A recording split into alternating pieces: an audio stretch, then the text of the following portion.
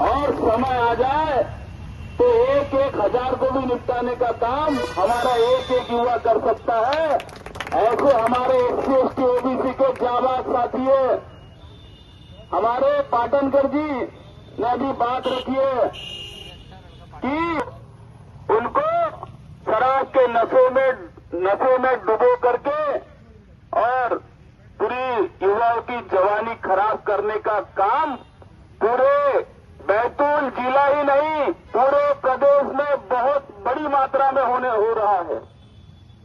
और ये कारण है कि आज युवा क्रांति को समझ नहीं रहा है, परंतु जो समझ रहा है वो एक युवा 1.25 लाख पे भारी है।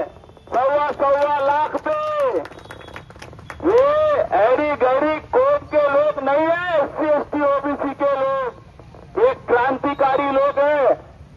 इन्होंने अगर अपने महापुरुषों को समझ लिया, पढ़ लिया, जान लिया, तो जैसे अभी बात आपने सुनी, श्रीलंका में क्रांति हुई, तख्ता पलट क्रांति करी, तख्ता पलट हुआ, सरकार को भागना पड़ा, वहां के मंत्री को, मुख्यमंत्री को, प्रधानमंत्री को देश छोड़ के भागना पड़ा।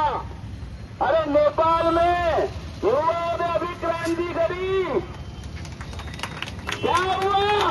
वहां के नेपाल के प्रधानमंत्री को देश छोड़ के भागना पड़ा। ये युवाओं की ताकत है। और अभी ये जो आग है ये भारत में लग चुकी है। आपको पता है कि नहीं पता है? ये आग भारत में लग चुकी है। तो ये युवाओं को जगाने का जो काम करना है वो आपको मुझको मिलकर करना है। देश को आजाद करने की बात है, देश में क्रांति करने की बात है। तो जब ये देश अंग्रेजों का गुलाम था उस समय एक नारा एक महापुरुष ने दिया था। क्या नारा दिया था? तुम मुझे खून दो, मैं तुम्हें आजादी दूंगा। ये नारा दिया था कि नहीं दिया था सुभाष चंद्र बोस जी ने?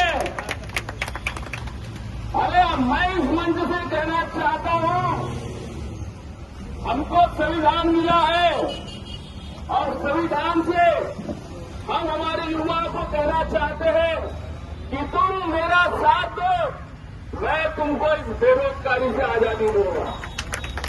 ये हम हमारी बात गांव-गांव तक पहुंचाना चाहते हैं कि जो बाकी देशों में हो रहा है, प्रधानमंत्री देश छोड़ के भाग रहे हैं, हम नहीं चाहते कि ये प्रधानमंत्री देश छोड़ के भागे, क्योंकि हम चाहते हैं कि इसने जो काम किए हैं 70 सालों का हिसाब और ये जो 14 साल का भी हिसाब, 15 साल का हिसाब है बीजेपी का, कांग्रेस का, इन सबसे हिसाब मांगने के लिए उनको यही रखना है कि तुमने हमारे SC ST OBC के लोगों को आजादी के बाद से दिया क्या है?